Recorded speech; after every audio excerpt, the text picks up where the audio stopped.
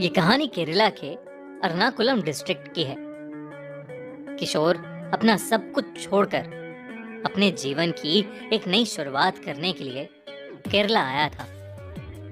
उसे बचपन से ही केरला की खूबसूरत हरियाली में रहना था और सस्ते प्राइस पर जमीन मिलने के बाद किशोर को लगा कि शायद उसका सपना अब पूरा होने वाला था।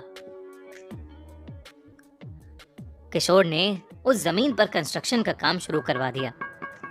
करीबन 2 महीनों में उसके घर का ग्राउंड फ्लोर रेडी हो गया था।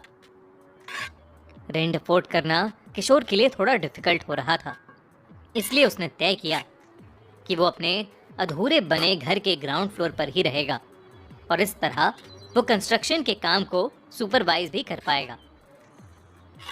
पूरा दिन काम करवाने के बाद किशोर ने अपने नए घर के कोने में एक खाट बिछाई और चद्दर तान कर सो गया।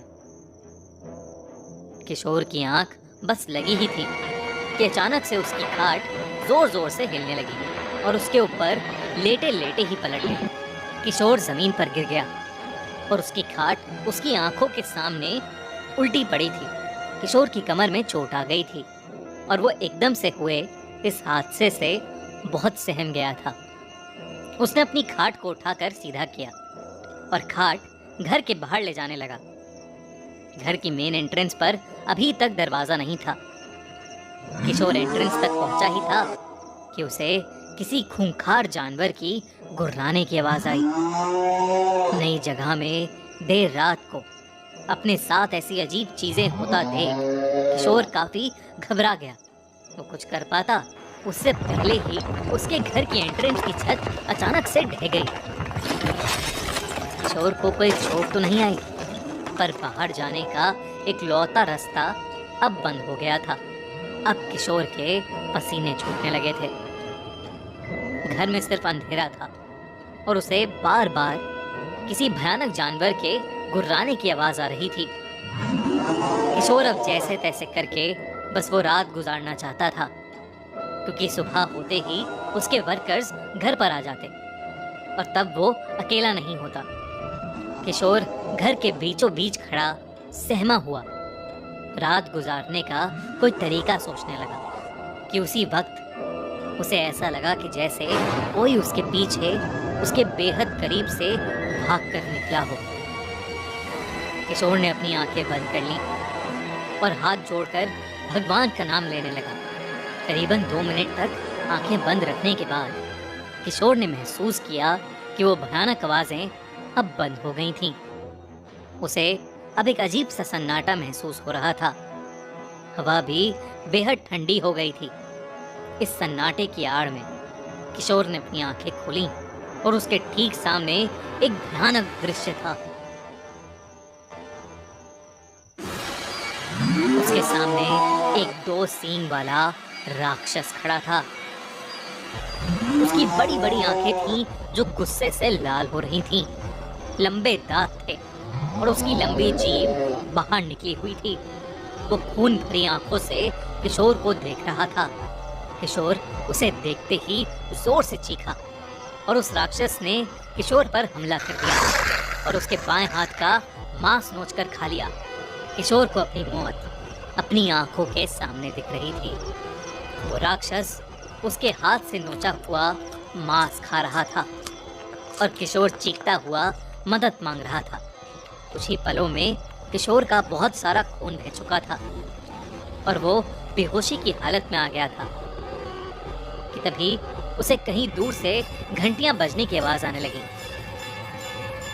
कोई कहीं से जोर जोर से मंत्र उच्चारण करने लगा और उन मंत्र के उच्चारण से वो राक्षस शांत हो रहा था।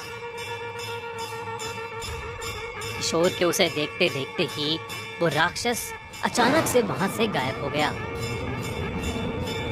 किशोर को अपनी आंखों पर विश्वास नहीं हो रहा था, लेकिन उस राक्षस के गायब होते ही किशोर ने एक राहत की सांस ली। किशोर का काफी खून बह चुका था और इसीलिए कमजोरी की वजह से वो वहीं पर बेहोश हो गया। जब उसकी आंख खुली तो वो एक बेड पर लेटा हुआ था और उसके हाथ पर पट्टी बंधी थी उसके बगल में उस गांव के सबसे बड़े पुजारी बैठे थे। किशोर के मन में बहुत सारे सवाल थे। वो डरा सहमा उस रात के बारे में बड़बड़ाने लगा। पुजारी ने किशोर को शांत किया और उसे बताया कि जो जानवर कल रात उसे दिखा था वो कोई जानवर नहीं, वो एक ब्रह्म राक्षस था। पुजारी ने बताया कि उनके गांव को पिछले 100 सालों से एक श्राप मिला हुआ था। वहां पर उस ब्रह्म राक्षस की अनुमति के बिना कोई ईंट भी नहीं लगा सकता था। उस गांव का हर एक रहने वाला आदमी कोई भी नया काम करने से पहले मंदिर में लगी उस ब्रह्म राक्षस की मूर्ति की पूजा करता और उस ब्रह्म राक्षस की अनुमति लेता था। क्योंकि किशोर उस गांव में नया था, इसलिए वो ये सब नहीं जानता था और उसने ऐसा कुछ भी नहीं किया और इसीलिए ब्रह्म राक्षस उससे नाराज हो गया और उसका ये हाल हुआ। किशोर को कुछ समझ नहीं आ रहा था। उसने पूछा, ब्रह्म राक्षस वो क्या होता है? पुजारी ने जवाब दिया कि जब एक ब्राह्मण की अकाल मृत्यु हो जाती है या फिर वो ब्राह्मण अपने ज्ञान का इस्तेमाल बुरे कामों के लिए करता है या फिर मरने के बाद अगर उसकी गति ना की जाए तो वो ब्राह्मण एक ब्रह्म राक्षस बन जाता है। इस घटना के बाद किशोर को समझ आ गया कि इस गांव में रहने के लिए उसे उस ब्रह्म राक्षस की अनुमति लेनी ही होगी और अगले ही दिन उसने अपने घर की पूजा उस मंदिर में करवाई। उस दिन के बाद से उसके साथ फिर कभी ऐसी कोई भयानक घटना नहीं हुई। कैसी लगी आपको ये कहानी? अगर आप भी ब्रह्म राक्षस के बारे में और कुछ जानते हैं